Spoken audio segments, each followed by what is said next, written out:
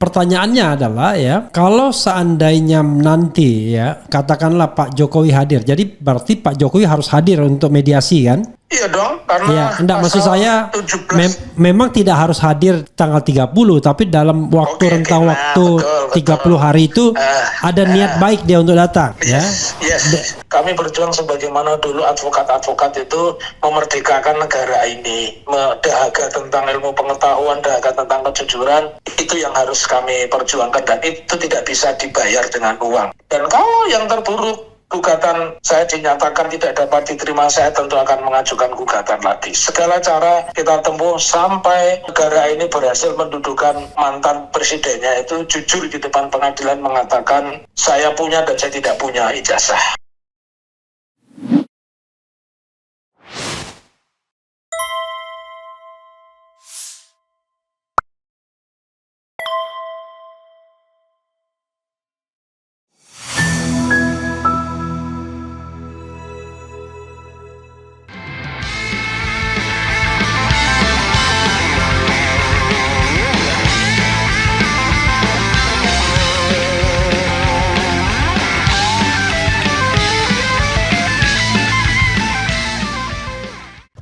Assalamualaikum warahmatullahi wabarakatuh, sobat RH sekalian. Jumpa lagi kita di channel yang keren ini, keren jadas. Ya, sahabat RH sekalian, ini berita lanjutan ya, ulasan lanjutan dari berita tadi ya, yang mengatakan bahwa guru besar UNS yang ditunjuk sebagai mediator ingin win-win solution. Tetapi kita bertanya, maksud win-win solution itu apa? Memang dalam mekanisme peradilan perdata diupayakan kedua pihak kalau dalam proses mediasi setuju dengan tawaran solusi ya. Tetapi masalahnya ini kan bukan hanya soal Dr. Taufik melawan Presiden Jokowi atau mantan Presiden Jokowi saja. Ini antara rakyat Indonesia yang ingin tahu keaslian ijazah. Kalau utang piutang mungkin bisa saja win-win solution. Udah bayar dulu setengahnya, nanti setengahnya nyicil. Itu win-win solution. Tapi ini saya membayangkan apa win-win solutionnya. Apakah kalau ditunjukkan ijazah yang so-called dianggap asli, lalu Pak Taufik menerima, oh ya sudah selesai. Daripada kita bingung dengan win-win solution itu, lebih baik kita langsung tanya prinsipalnya Dr. Muhammad Taufik pakai Q. Pak Taufik, assalamualaikum warahmatullahi wabarakatuh. Waalaikumsalam warahmatullahi wabarakatuh. Jadi ada berita ya yang membuat kita semua berkenyit, bingung. Bingung sih tidak. Tapi intinya adalah jadi mediator gugatan tipu UGM ya, kurang lebih lah. Guru besar ini maunya win-win solution. Dan dia mengemukakan kaidah-kaidah di dalam mediasi sebuah gugatan perdata. Tidak salah memang dalam proses mediasi selalu win-win solution. Tapi diterapkan pada kasus Jokowi ini kita bingung apa win-win solutionnya. Karena itu silakan Dr. Taufik mengelaborasinya. Ya, jadi ini satu pertanyaan bagus, satu pernyataan bagus. Saya menghormati pendapat semua pihak termasuk pendapat Prof. Adi Sulistiono yang sudah dipublis di beberapa media ya, tentang ya dimanapun yang namanya mediasi itu adalah win-win solution begitu ya, mencari titik temu yang menguntungkan kedua belah pihak. Tetapi yang harus dipahami bahwa konteks gugatan ini kan berbeda dengan gugatan wan prestasi ya. Kalau wan prestasi barangkali misalkan masuk kategori tidak dipenuhinya suatu kewajiban, mungkin kalau maunya penggugat 70 dipenuhi 50 barangkali itu bisa kena ya. Tetapi ketika kita berbicara dengan menggunakan pendekatan on rehmata gedat, jadi perbuatan melawan hukum itu kalau kita tilik bahasanya kan ada dua, satu on rehmata gedat, yang kedua adalah wedereh telah gitu ya. Wedereh telah. Saya yakin kalau mahasiswa UGM beneran tahulah ya, kalau UGM-nya cuma numpang-numpang lewat yang nggak ngerti istilah itu. Tapi kalau kehutanan nggak tahu on rematik kedat.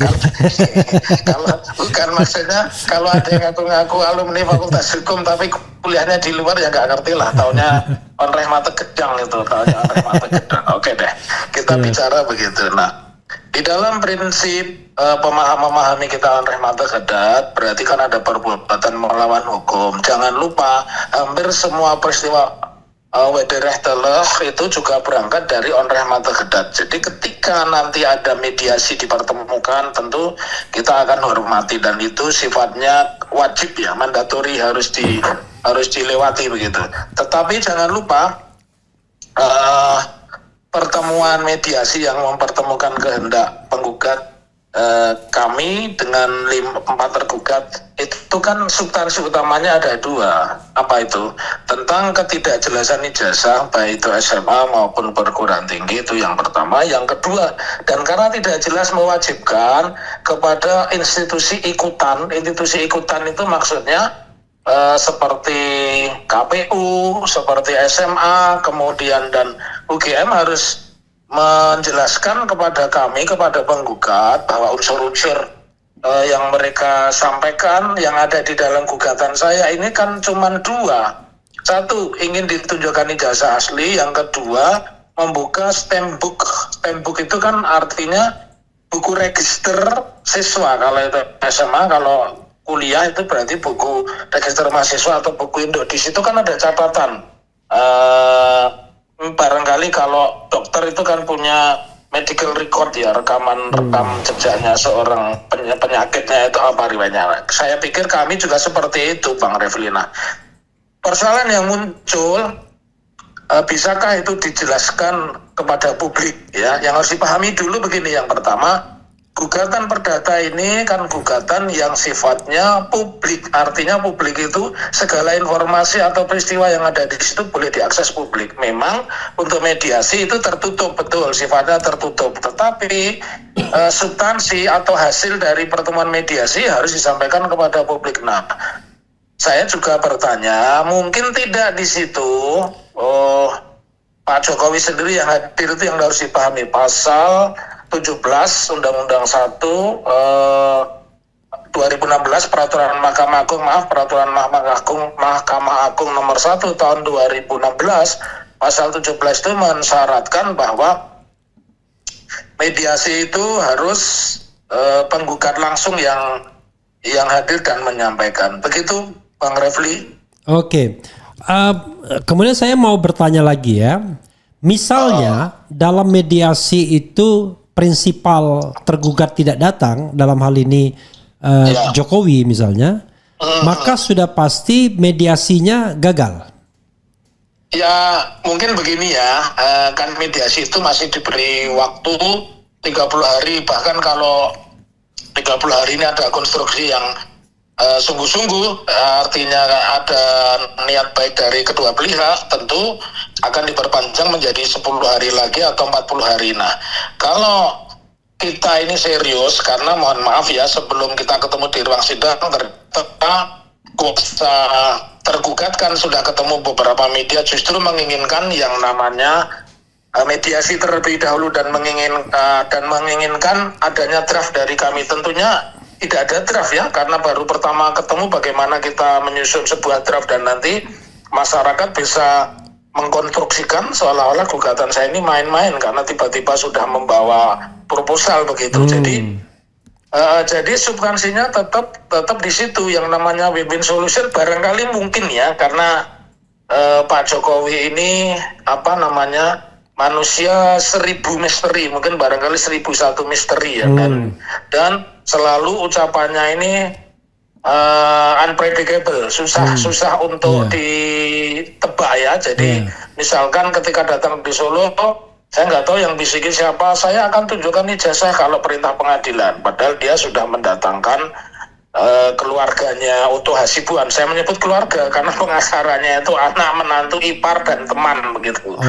Menantu, ya itu anak menantu ipar dan teman itu yang bukan keluarga barangkali Rifai Kusumanegara. Oke lah, terus selesai di situ. Jumpa pers malam habis makan di rumahnya Jokowi. Lalu ketika ke Jakarta berubah lagi. Saya nggak tahu yang bisikin siapa. Saya tidak akan pernah tunjukkan ijazah saya karena itu wilayah privasi. Ini kan aneh. Dia dalam kesempatan yang berbeda, kuasa hukumnya masih sama, tapi statement yang keluar bisa berbeda. Yang pertama atas perintah pengadilan, yang kedua tidak ada kewajiban. Bahkan ada kalimat yang menurut saya harus diluruskan dulu ketika membuat pernyataan bahwa penggugat yang membuktikan tergugat tidak. Saya pikir itu penjelasan yang salah atau pemahaman hukum yang tidak konstruksinya tidak integral, hanya separuh saja. Kalau pernyataannya seperti itu yang membuktikan hanya penggugat, Bang itu bangkrut nanti kalau digugat advokat handal kayak Refli Harun begitu, bangkrut itu nggak usah buktikan. Yang gugat Refli Harun ya hancur semua, itu banknya bangkrut semua, itu nggak usah membuktikan. 1865 kan apabila mendalihkan dia membuktikan, termasuk dalam hal ini positioning berada pada tergugat. Itu aja. Makanya saya juga nggak ngerti kenapa keluarganya Pak Oto, anak, menantu, ipar itu kok nggak berani ke Solo, kok diwakili Pak Irfan. Apa karena nanti takut saya bilang seperti itu, saya nggak tahu itu. Begitu Pak Refli.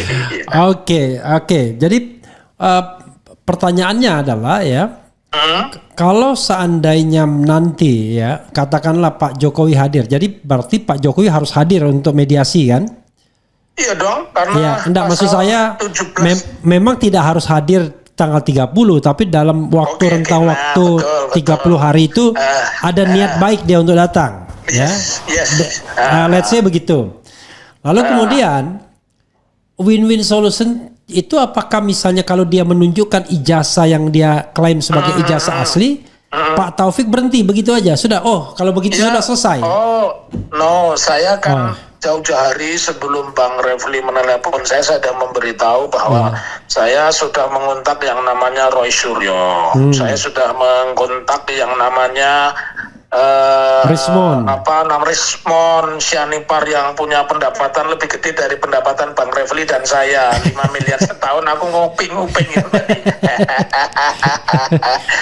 Kata dia itu kecil itu, maksudnya lebih bukan 5 miliar.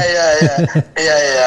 Makanya kan ini kan bukan orang-orang bego yang ngomong, ini bukan orang-orang bego, orang-orang yang punya kredibilitas bukan hanya di Indonesia tapi di luar negeri. Oleh karenanya kan tidak mungkin, saya bukan posisi seperti wartawan 11 orang yang disuruh masuk ke rumah Pak Jokowi, dipesan ada 2 not, tidak boleh membawa alat perekam, tidak boleh membawa alat komunikasi, hanya ditujukan. Ini kan saya tidak sedang dalam main sulapan Bang Refli, saya kan diketawain orang.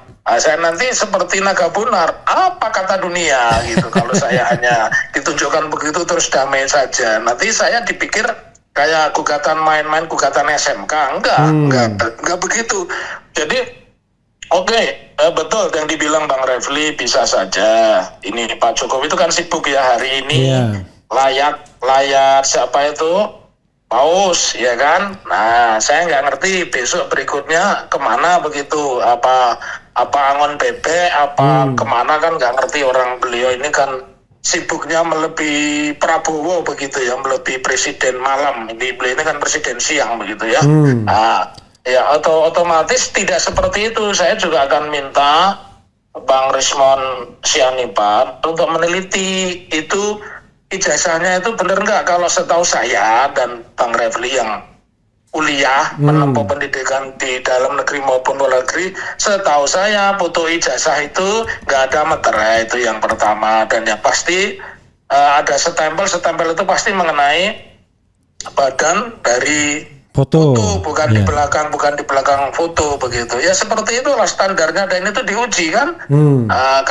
Karena misterinya itu adalah tentang kewajiban menunjukkan yang asli, dan asli kan bukan berada pada otoritasnya seorang Muhammad Taufik ya, tetapi pada otoritasnya orang yang oleh dunia pendidikan ya, dunia sertifikasi dilekati hak untuk mengatakan ini original, ini not original. Begitu menurut saya Bang Refli. Oke, jadi tidak akan win-win solution begitu aja ditunjukkan sudah selesai. Asli Iya, kok enak banget kalau ditunjukkan itu bukan saya penggugatnya lah, mungkin Bu Yamin lah penggugatnya atau anaknya Bu Yamin. Jadi apalagi gitu. seperti Jenderal Persia ya. Jadi saya cerita sedikit. Jenderal Persia itu datang ke Khalid bin Walid. Dia datang begini. Ya udahlah, kan kalian kan kesini ini kan cuma butuh duit sama butuh emas, nih udah saya kasih bahan makanan, karena saya kasih emas, udah masing-masing katanya ke seluruh prajurit. Nanti tahun depan saya kasih lagi, udah kita nggak usah perang gitu. Tapi jawaban Khalid bin Walid itu bilang begini, dia diplomatis, kami ini sesungguhnya bangsa peminum darah katanya, dan kami dengar darah bangsa Romawi, Romawi pada waktu itu Romawi, darah bangsa Romawi itu paling enak, paling segar. Karena itulah kami mau ke sini. Ngeri. Jadi kalau Pak Taufik disuruh begitu kan, ini gugat ini kan cuma mau pengen amplop gitu. Kalau begitu kan gimana Pak Taufik? Enggak, saya akan bilang begini, meskipun saya tidak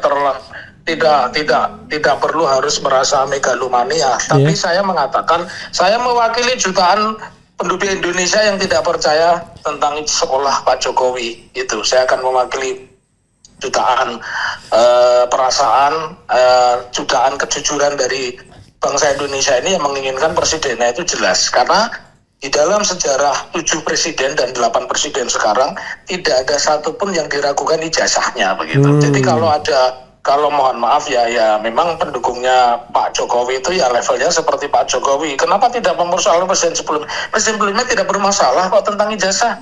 Misalkan Pak Habibie kan tahu sekolahnya di mana, di Delft, kemudian Gus Dur, Insinyur Soekarno, Gus Dur sekolahnya di mana, jelas. Megawati tidak pernah mengatakan saya sarjana, Megawati pernah kuliah di UI. Kan semuanya jelas, jadi kan tidak perlu. Nah ini kan menjadi debatable, menjadi isu yang berjilid-jilid ketika tiba-tiba mengatakan saya sekolahnya di SMA 6 Yogyakarta, dibukakan buku alumni Fakultas Kehutanan, tetapi kok ada yang kelahiran 78, bagaimana satu angkatan tahun 78 kok jadi teman satu angkatan, kan itu tidak mungkin gitu loh. Jadi ada yang tahun 78? Ada yang 78, makanya aku bilang orang kurikulumnya Daud Yusuf itu baru tahun 77. Bang Refli saya yakin sekolahnya lebih dulu aku, kan lahirnya lebih dulu aku gitu. Kurikulum 77. Iya, jadi dan yang terakhir ini kan sebuah legacy. Seorang pemimpin itu kan harus memiliki legacy yang sifatnya kejujuran. Kejujuran itu kalau boleh diistilahkan itu adalah mata uang yang berlaku dimanapun dan harganya tinggi, itu kejujuran itu ya. Kejujuran itu mata uang yang nilainya tinggi dan berlaku dimanapun tanpa orang harus mengatakan oh ini uang. Ya seperti itu argumen saya. Jadi kalau ini kaitannya uang, jauh panggang dari api begitu. Aku nggak ngerti nih bahasa Palembangnya apa ini, yang pasti jauh panggang dari api kalau aku bilang begitu. Tapi kan di kantong kanannya ada 11.000 triliun, di gimana? Ya 11.000 pertama 11.000 triliun, tapi yang saya belum tahu kenapa itu Menteri Pertanian tidak membuat ternak kalajengking. Kalau 2 milinya harganya 1,8 miliar gitu. 2 mili untuk kalajengking itu harganya 1,8 miliar. Kenapa itu tidak dilanjutkan oleh Menteri Pertanian atau riset IPB atau perguruan tinggi yang punya Fakultas Peternakan begitu, Bang Refli? Pertanyaan terakhir ini tambahan ya. Akhirnya Pradi Bersatu ya itu mengalihkan laporannya ke Polres Metro Jakarta Selatan. Yes. Barangkali dianggap locus delicti. Padahal kalau kita bicara ini masalahnya nasional, Bareskrim itu sudah representatif. Tapi betul. Sepertinya Bareskrim buang badan. Tapi laporan ke Polres Jakarta Selatan diterima LP-nya. Iya. Hari ini ya. Dan tetap menggunakan untuk sementara katanya. Menggunakan pasal penghasutan. Sebelum kemudian dikasih clue oleh penegak hukum, kita tidak tahu kan. Intinya pasal penghasutan. Salah satunya adalah melalui media itu mengatakan ijazah palsu. Jadi nggak ngerti siapa yang dihasut, lalu apa perbuatan pidana orang yang dihasut tersebut. Silakan Pak Taufik. Ya.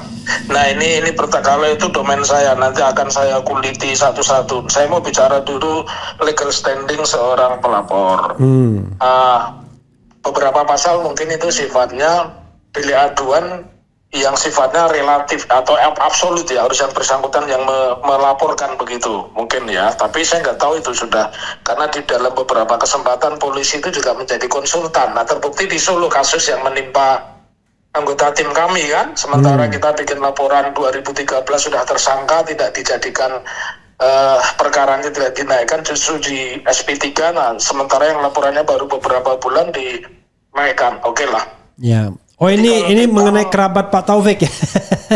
Bukan kerabat, apa? Tim lawyer ya? Yang anggota tim ya. Ya, Zainal Mustafa ya. Oke. Kalau kita mendasarkan pada pemahaman pasal 160 ini kan ada delik yang formil dan material. Formilnya ya mungkin lah bla bla bla bla, menghasut dan sebagainya. Meskipun itu harus dipertanyakan. Kata-kata menghasut itu kan ada dua, menghasut yang sifatnya absolut, menghasut yang sifatnya relatif juga. Yang absolut itu bagaimana? Misalkan saya sedang memimpin orasi, di situ ada polisi, saya minta ayo serbu kantor polisi atau serbu markasnya siapa begitu. Itu yang namanya penghasutan yang sifatnya absolut. Tapi ada juga penghasutan yang sifatnya relatif. Apa ini layak ya kita serbu? Dia bicara tentang kejelekan kelompok ya atau institusi, kemudian dikasih konklusi bagaimana kalau ini kita sebut. Nah itu yang masuk kategori penghasutan relatif. Lalu yang materialnya itu harus dihubungkan ada tidak peristiwa itu. Tidak cukup hanya delik formilnya, baik itu mungkin masuk kategori penghasutan absolut atau penghasutan relatif, tetapi yang lebih penting itu delik material. Delik material itu harus diuji dulu apakah setelah pidato itu ada sebuah peristiwa yang melatar belakangnya yang kemudian menyebabkan orang itu melakukan kekerasan begitu. Sejauh ini kan tidak. Nah, kalau mereka mendasarkan pada apa yang terjadi kepada Gus Nur dan Bambang Tridan, alhamdulillah sudah dapat kabar belum tentang Gus Nur, Bang Refli? Gus Nur sudah bebas, tapi bebas bersyarat. Bebas bersyarat. Nah makanya beliau tidak mau dijemput. Ya. Dan jangan diundang, dan saya nasihati jangan diundang ke Refli Harun Channel. Nanti takut ngomongnya salah lagi, ditangkap lagi nanti. Ya. Sebenarnya kalau negaranya demokratis, nggak ada orang yang dihukum karena ngomong. Ini begini. Yeah. Para pelapor itu tidak menyadari bahwa pasal 14 ayat 1 dan pasal 15 itu oleh Mahkamah Konstitusi sudah dikonstruksi, sudah dihapuskan. Jadi yang namanya ribut itu justru di medsos ribut. Orang dapat duitnya kan kalau viewernya banyak, followernya banyak, ada orang yang pro kontra dan sebagainya. Ini tidak bisa dipakai pendekatan seperti itu, salah ya. Itu dari sisi delik formil, material, kemudian apakah ini yang formil tadi apakah absolut, apakah relatif begitu penghasutannya. Lalu sekarang aku mau bicara tentang pengacara ini, Bang Refli. Yang aku pelajari di dalam sejarah perbandingan hukum, kebetulan saya kan ngajar sejarah perbandingan hukum. Kemerdekaan Pakistan dipelopori oleh advokat namanya Muhammad Ali Jinnah. Ya. Oh iya Muhammad Ali Jinnah ya. Kemudian India dipelopori oleh Mahatma Gandhi, itu juga seorang pengacara. Iya, Gandhi pernah jadi lawyer di Afrika Selatan dia. Iya. Juga Amerika Serikat salah satunya adalah Thomas Jefferson, itu seorang advokat. Iya. Irlandia, Jane Pickett itu juga seorang advokat. Di Indonesia jangan lupa ada nama Muhammad Yamin, Master Rum yang namanya diabadikan dalam perjanjian Rum Royen. Mr. Supomo, jangan lupa. Iya, Mr. Supomo. Yang aku cerita semua itu advokat. Jadi advokat itu membela rakyat. Mana ada advokat melaporkan rakyat? Apa kurang kerjaan? Mending bergabung dengan Bu Yamin menggugat SMK, siapa tahu perdamaian nanti ada cuan barangkali begitu daripada melaporkan rakyat. Jadi satu dari legal standing juga tidak kena, kemudian delik formilnya apakah itu masuk kategori formil yang absolut atau formil yang relatif, kemudian delik materialnya nggak kena, meskipun mungkin diperdebatkan harus ada anasirnya kan tidak terpenuhi. Cuma yang saya takutkan, Bang Refli, tiba-tiba nanti ada sekelompok orang itu mendemo kepolisian kemudian mendemo ini itu supaya orang itu ditangkap dan itu dianggap sebagai kerusuhan. Kerusuhan. Itu nggak nyambung. Nanti saya akan jadi ahli akan mengatakan harus fisik, sama dengan ketika saya diminta hadir di kasusnya Gus Nur dan kasusnya sahabat kita Mas Ray Suryo. Jadi seperti itu Bang Refli jawaban saya ya. Oke, tetapi memang ini kegagalan Dr. Taufik mengajar ya kepada mahasiswa-mahasiswa pidana yang akhirnya muncul sebagai orang yang tidak sesuai dengan istilahnya asbabun nuzul menjadi advokat itu apa? Iya, betul. Advokat itu, aku lupa Bang Refli, salah satu advokat pendiri Perhimpunan Advokat Indonesia PAI saat itu Mr. Suwipiji itu adalah orang Solo. 30 Agustus tanah 4 pendirinya orang Solo. Jadi aku debat lagi Bang Refli bahwa mereka dulu juga pejuang ya. Ya, itu Bang Refli, bukan pejuang. Bukan pecuan. Bukan pecuan ya. Berjuang. Ya, pecuan itu orang yang hidupnya mencari cuan begitu ya. Ada kekhawatiran yang ridiculous, lucu. Misalnya tiba-tiba hakim nggak mau peduli ya kan dengan proses pembuktian. Oke. Dia terima saja bahwa ijazah Jokowi asli katanya. Setelah kan gaya MK kan begitu kan. Setelah majelis mempertimbangkan melihat alat bukti yang diajukan, ya kan? Maka majelis berkesimpulan bahwa ijazah itu asli. Gimana coba? Artinya kalau sudah begitu seumur hidup asli itu jadinya.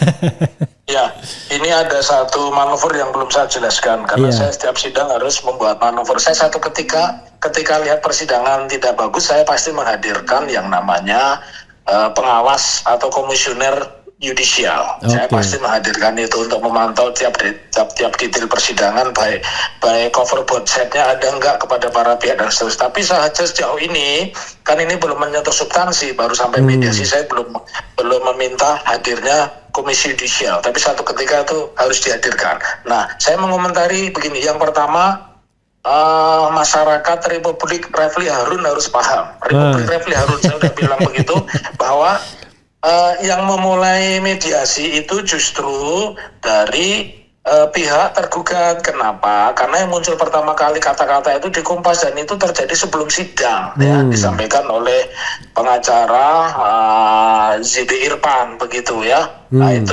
pernyataan itu. Kemudian yang kedua, mediasi itu ibaratnya orang naik kendaraan pakai helm gitu ya. Dilalui soal pakai helm nanti celaka atau tidak itu soal lain. Tapi memang itu harus dilalui, dia harus pakai helm begitu ya. Kemudian saya ingin katakan, saya menggaransi bahwa tidak ada negara yang sebesar Indonesia ini yang disibukkan oleh ketidakjelasan presidennya yang dari awal tidak jelas. Oleh karenanya saya terima kasih atas kritik, saran, bahkan mungkin satire kepada kami. Yang pertama, saya akan komitmen bahwa ini adalah pengadilan untuk menguji kejujuran semua pihak ya, kejujuran semua pihak ya. Kemudian yang kedua itu pengadilan adalah tempat terhormat bagi negara yang mengagung-agungkan demokrasi ya, karena itu disebutlah sebagai pintu terakhir keadilan. Pengadilan itu adalah pintu terakhir orang untuk mendapatkan keadilan. Dan yang ketiga, ini yang lebih penting dan yang paling penting ya, kami berjuang ini sebagaimana, mohon maaf kalau saya terlalu hiperbolik, kami berjuang sebagaimana dulu advokat-advokat itu memerdekakan negara ini, dahaga tentang ilmu pengetahuan, dahaga tentang kejujuran. Itu yang harus kami perjuangkan dan itu tidak bisa dibayar dengan uang. Misalkan saya diberi SMK yang tipe supercar super GH41B Bang Refli, ada itu SMK tipe GH41B gaib ya.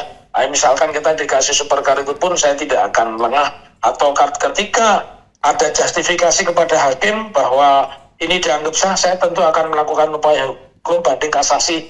Dan kalau yang terburuk gugatan saya dinyatakan tidak dapat diterima, saya tentu akan mengajukan gugatan lagi. Segala cara kita tempuh sampai negara ini berhasil mendudukan mantan presidennya itu jujur di depan pengadilan mengatakan saya punya dan saya tidak punya ijazah. Nah, itulah selesai, baru selesai di situ. Begitu. Dan terakhir nyanyikanlah jujurlah padaku.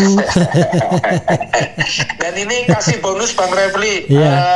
Saya akan geruduk, gara-gara ini saya akan geruduk channelnya Refli Harun. Oke, ditunggu. Iya. Dengan senang hati ditunggu. Bawa semua teman itu, biar kita perkenalkan satu-satu ini loh yang lagi menggugat itu. Boleh. Oke, ya sobat Eros sekalian, makasih banyak Dr. Taufik. Assalamualaikum warahmatullahi wabarakatuh. Waalaikumsalam warahmatullahi wabarakatuh. Ya sobat Eros sekalian, itu dengan Dr. Taufik ya. Jadi win-win solution itu rasanya secara teoritis tidak mungkin terjadi karena kondisi atau syarat yang diajukan Dr. Taufik itu berat. Pertama, Jokowi harus hadir dalam mediasi tersebut. Yang kedua, ijazah aslinya harus ditunjukkan dan diuji secara forensik. Jadi tidak hanya ditunjukkan saja tapi diuji secara forensik. Nah, barulah kemudian kalau terbukti asli melalui uji forensik dari ahli yang bisa dipercaya atau terpercaya, maka selesai, case close, tidak akan dilanjutkan. Rasanya begitu ya kesimpulan yang bisa saya ambil dari percakapan dengan Dr. Taufik pakai Q itu. Ya saudara sekalian, begitu saja ya. Wassalamualaikum warahmatullahi wabarakatuh. Keren cadas. Cheer.